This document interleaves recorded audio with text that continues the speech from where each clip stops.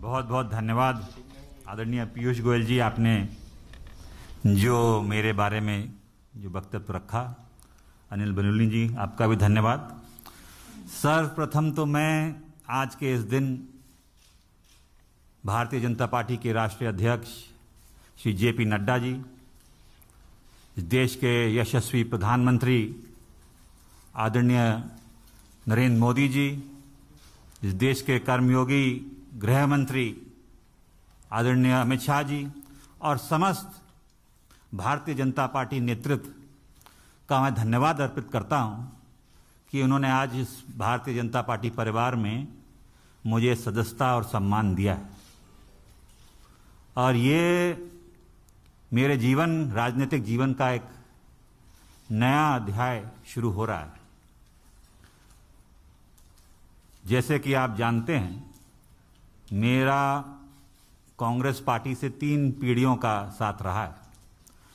तो ये महत्वपूर्ण निर्णय जो मैंने लिया है, बहुत विचार मंथन और सोच के बाद मैं इस फैसले पे पहुंचा हूं।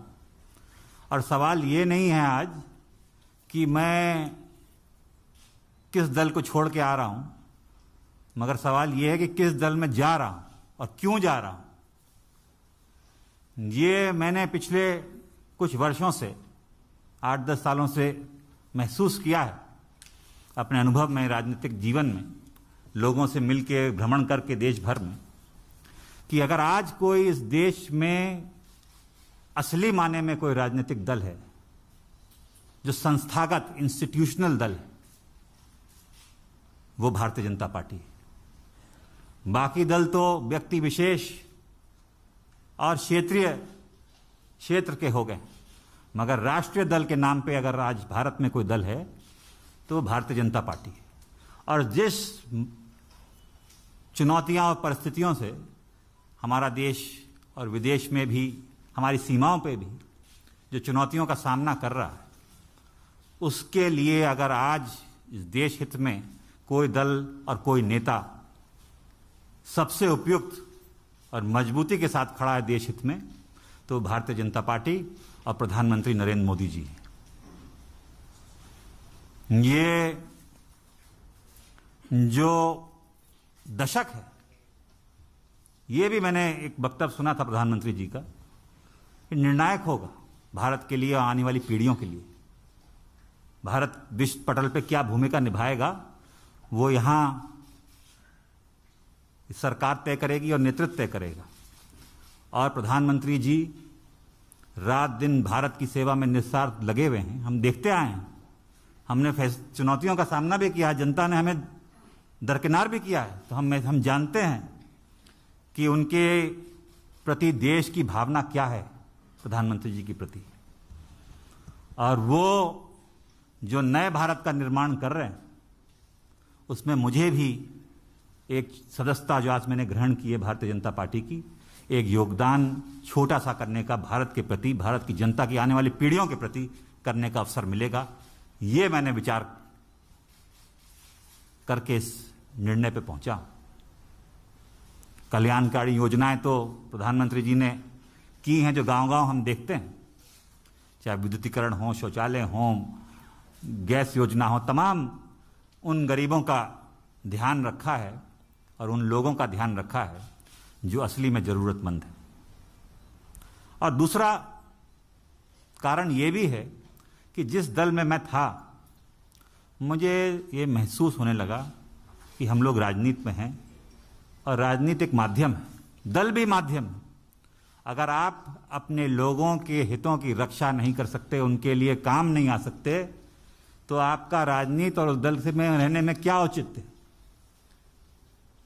तो यही मेरे मन में, और चाहे वो देश हित हो, चाहे वो प्रदेश हो, चाहे वो जिला हो, अगर आप अपने लोगों के उपयोग नहीं आ सकते, उनके सहायता के लिए आप मौजूद नहीं हो सकते और आपके इस लायक नहीं हैं कि आप अपनी जनता के हितों की रक्षा कर पाएं, तो वो मुझे महसूस होने लगा कि मैं वो कांग्रेस पार्टी में नहीं कर पा रहा हूं। भारतीय जनता पार्टी वो माध्यम बनेगा, वो सशक्त संगठन, देशव्यापी इतना संगठन, इतना मजबूत नेतृत्व जो आज देश को जरूरत है। मैं इस वक्त ज़्यादा बोलना नहीं चाहता, मेरा काम बोलेगा। मैं धन्यवाद देना चाहता हूं सभी मेरे उन कांग्रेसजनों का जिनका मुझे आशीर्वाद मिला और साथियों का इतने वर्ष तक। मगर अब मैं समर्पित एक गोयल जी, आप सब जानते हैं, आपका धन्यवाद दूंगा। एक कार्यकर्ता के रूप में भारतीय जनता पार्टी के मैं कार्य करूंगा और वही उद्देश्य सबका विकास और सबका साथ जो उद्देश्य है एक भारत और श्रेष्ठ भारत का, वो लेके एक कार्यकर्ता के रूप में मैं काम करूंगा। बहुत बहुत धन्यवाद आप सभी लोग। धन्यवाद धन्यवाद जी। एक मिनट, अभी आप इसके बाद माननीय राष्ट्रीय अध्यक्ष जी से भी मुलाकात करेंगे और क्योंकि कोविड गाइडलाइंस हैं, सब लोग पालन कीजिए। ये टिक टैक थोड़ी देर बाद में एक एक करके सबको देंगे, कृपया अनुशासन बनाए रखें।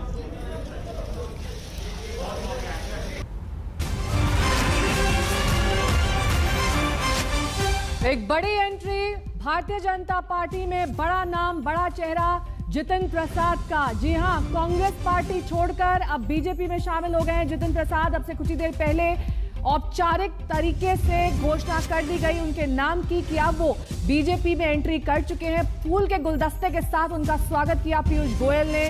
उसके बाद पीयूष गोयल ने बताया कि क्यों जितिन प्रसाद का रोल अब बीजेपी में अहम हो जाता है। जितिन प्रसाद ने खुद भी ये कहा कि व्यक्ति विशेष पार्टी रह गई है कांग्रेस पार्टी और ऐसे में वहां काम कर पाना संभव नहीं हो पा रहा था और यही वजह है कि उन्होंने भारतीय जनता पार्टी को ज्वाइन किया है, क्योंकि ये राष्ट्रीय पार्टी है जो राष्ट्र के हितों का ध्यान रखती है। खास तौर पर जितिन प्रसाद ने यहां पर धन्यवाद दिया शीर्ष और आला नेताओं का जो कि बीजेपी में हैं, जिन्होंने उनका स्वागत किया है।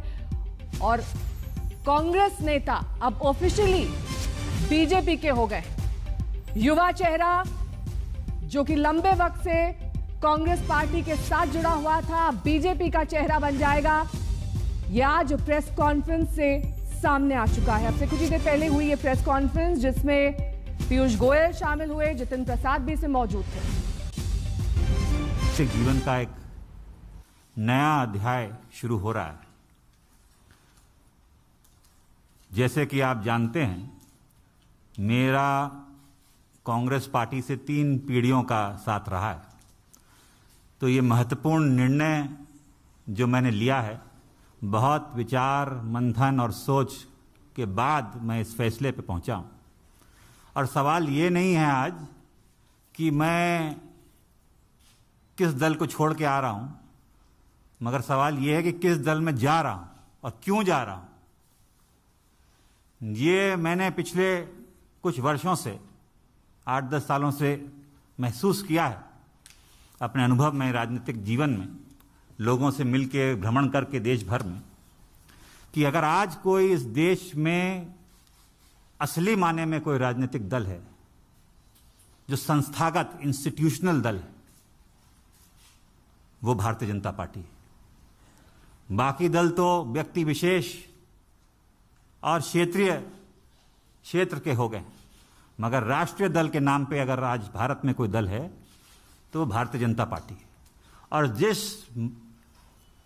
चुनौतियां और परिस्थितियों से हमारा देश और विदेश में भी, हमारी सीमाओं पे भी जो चुनौतियों का सामना कर रहा है, उसके लिए अगर आज इस देश हित में कोई दल और कोई नेता सबसे उपयुक्त और मजबूती के साथ खड़ा है देश हित में, तो भारतीय जनता पार्टी और प्रधानमंत्री नरेंद्र मोदी जी हैं।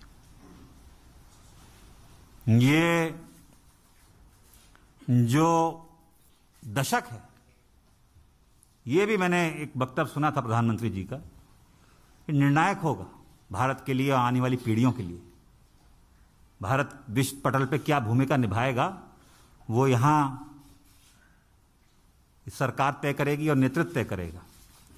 और प्रधानमंत्री जी रात दिन भारत की सेवा में निस्वार्थ लगे हुए हैं। हम देखते आए हैं, हमने चुनौतियों का सामना भी किया है, जनता ने हमें दरकिनार भी किया है, तो हम जानते हैं कि उनके प्रति देश की भावना क्या है प्रधानमंत्री जी के प्रति।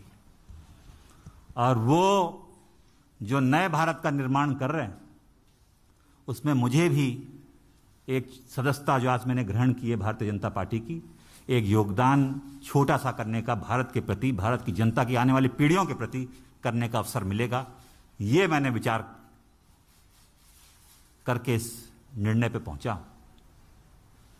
कल्याणकारी योजनाएं तो प्रधानमंत्री जी ने की हैं जो गांव-गांव हम देखते हैं, चाहे विद्युतीकरण हो, शौचालय हो, गैस योजना हो, तमाम उन गरीबों का ध्यान रखा है और उन लोगों का ध्यान रखा है जो असली में ज़रूरतमंद है।